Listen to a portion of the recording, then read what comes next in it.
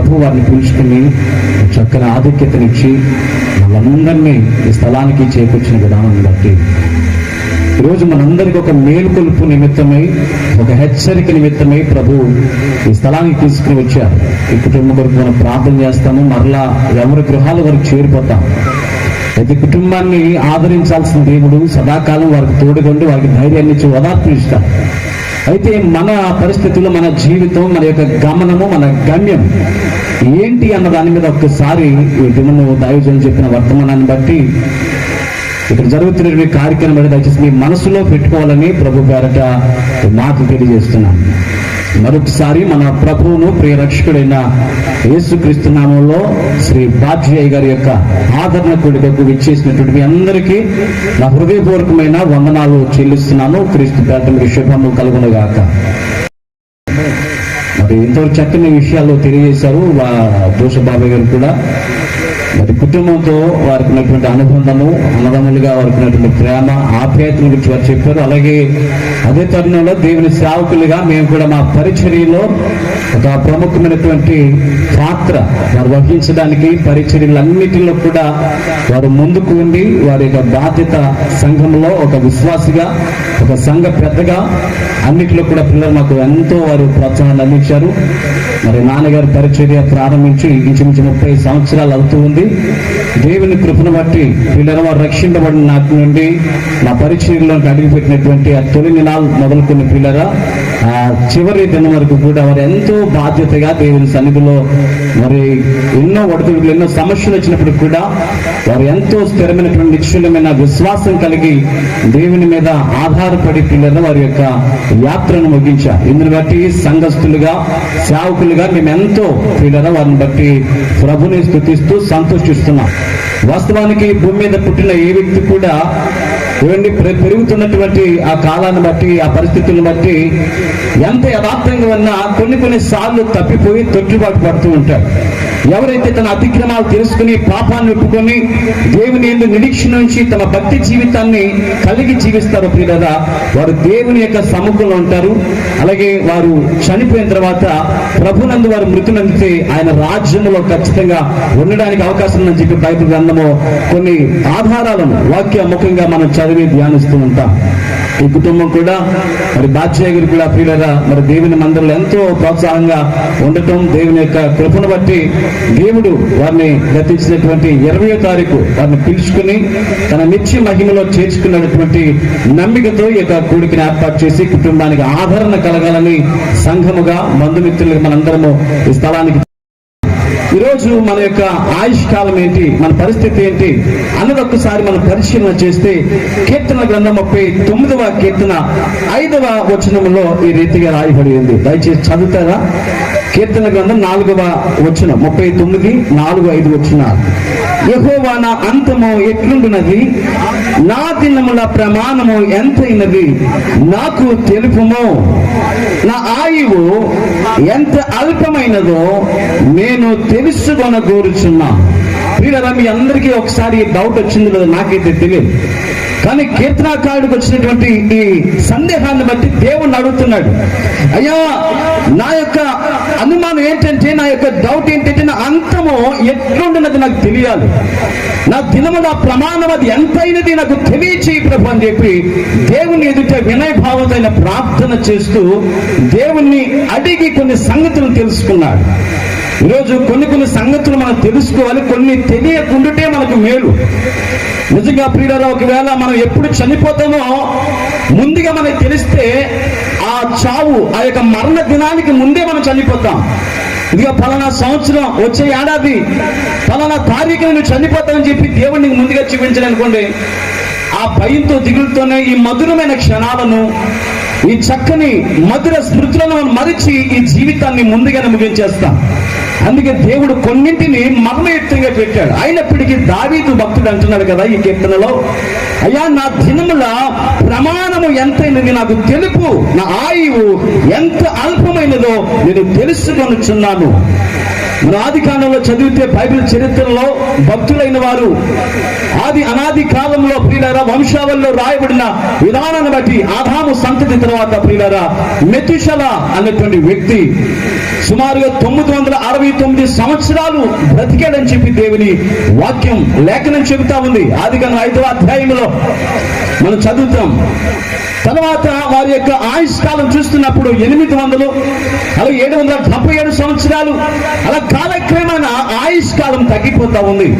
నరుని అతిక్రమాలను బట్టి ఏమండి కాలక్రమేణా ఆ పరిస్థితులను బట్టి ఆయుష్కాలము క్రమక్రమంగా తగ్గుతూ వస్తూ ఉంది. వీళ్ళ భక్తుని జీవితాల్లో చూస్తున్నప్పుడు 120 సంవత్సరాలు 110 సంవత్సరాల కాలం అయిపోయింది. అలా మన కీర్తన గ్రంథం 90వ కీర్తనకు వచ్చేసరికి 90వ కీర్తన 10వ వచనాన్ని ఒకసారి చదువుదాం. మా ఆయుష్ కాలమును 70 సంవత్సరములు అధిక బలము ఉన్న ఎడల 80 సంవత్సరములగును, అయినను వాటి వైభవము ఆయాసమే దుఃఖమే. వీళ్ళరా 969 సంవత్సరాలు ఎక్కడ, 80 సంవత్సరాలు ఎక్కడ? ఈరోజు ఈ అంత్య దినాల్లో, ఈ కడవరి దినాల్లో జీవిస్తున్న మనకు ఈ ఆయుష్ కాలం కూడా చాలా ఎక్కువే అనుకోవాలి.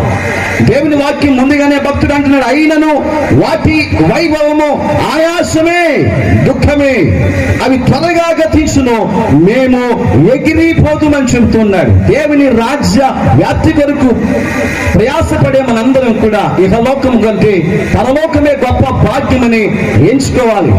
మనిషిని యొక్క ఆయుష్ కాలం చాలా తక్కువ. భక్తుడు ఇక్కడ మోషే తను చేస్తున్న ప్రార్థనాధారంగా కీర్తనాకాడి కీర్తన రచించినప్పుడు ఆయన చెప్తూ ఉన్నాడు, 3వ వచనంలో, నీవు మనుషులను మంటికి మార్చుచున్నావు, నరులారా తిరిగి రండని సెలవిచ్చుచున్నావు. నీ దృష్టికి 1000 సంవత్సరములు గతించిన నిన్నటి వలె ఉన్నవి, రాత్రి అందలి ఒక జాము వలె ఉన్నవి. ఆయన దృష్టికి 1000 సంవత్సరాలు గతించిన నిన్నటి వలె ఉన్నాయట. ఒక రాత్రి ఎందు ఒక జాము వలె ఉన్నాయట. ఒక జాము అనగా ఒక 3 గంటల వ్యవధి. అంతటి తక్కువ సమయంతో ఆయన పోల్చి చెబుతున్నాడు. అంటే ప్రియులారా, ఈరోజు మన ఆయుష్ కాలం ఎంత, మన జీవన పరిమాణం ఎంత, మన జీవితం ఎంత అన్నది ఒకసారి ఆలోచన చేసుకుంటే ఈరోజు మనము సమయం ఉండగానే సిద్ధపడతాము దేవుని కొరకు. ప్రియులారా, ప్రయాస పడతాం. ఈ లోకంలో ఎంత సంపాదించినా, ఎన్ని కలిగి ఉన్నా కూడా ఒక రోజున ఖచ్చితంగా ఈ భూమిని విడిచిపెట్టి వెళ్ళిపోవలసిందే. ఎంత స్థిరుడైనా కూడా దేవుని వాక్యం అంటుంది వట్టి ఊపిరి అంటూ ఉంది. ప్రియులారా, హాస్పిటల్లో బాధ్యతగా తీసుకుని వెళ్ళి పెట్టినప్పుడు వారితో చివరిగా నేనే మాట్లాడాను. అది ఎలా ఉందంటే కొంచెం నీరసంగా ఉంది.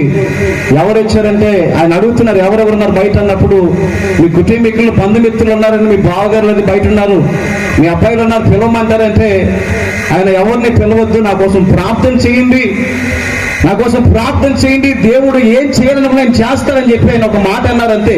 నన్ను బ్రతికిమిచ్చమని ప్రార్థన చేయండి, లేదా నేను బాగుపడాలన్న మాటలు ఏం మాట్లాడలేదు. నా ఒక్క మాట, అయ్యా నా కోసం ప్రార్థన చేయండి, దేవుని చిత్తం ఎలా ఉందో ప్రార్థన చేయని చెప్పినప్పుడు మేము ఆయన కోసం ప్రార్థన చేసి ప్రియులారా ఆ రోజు బయలుదేరిన తర్వాత రోజు రాత్రికాల సమయంలో ప్రియులారా వారు ప్రభు పిలుపునందుకుని ఆయన నిత్య మహిమకు వారసునిగా ఆయన చేరుకున్నారు.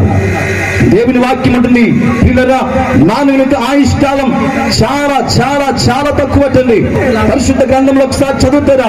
యాకోబు రాసిన పత్రిక చివరిగా ముగిస్తున్న 2-3 మాటలతో ఈ వాక్య సందేశాన్ని ముగిస్తాను. దయచేసి చూడండి, యాకోబు రాసిన పత్రిక 4వ అధ్యాయము 14వ వచనం. 4:14.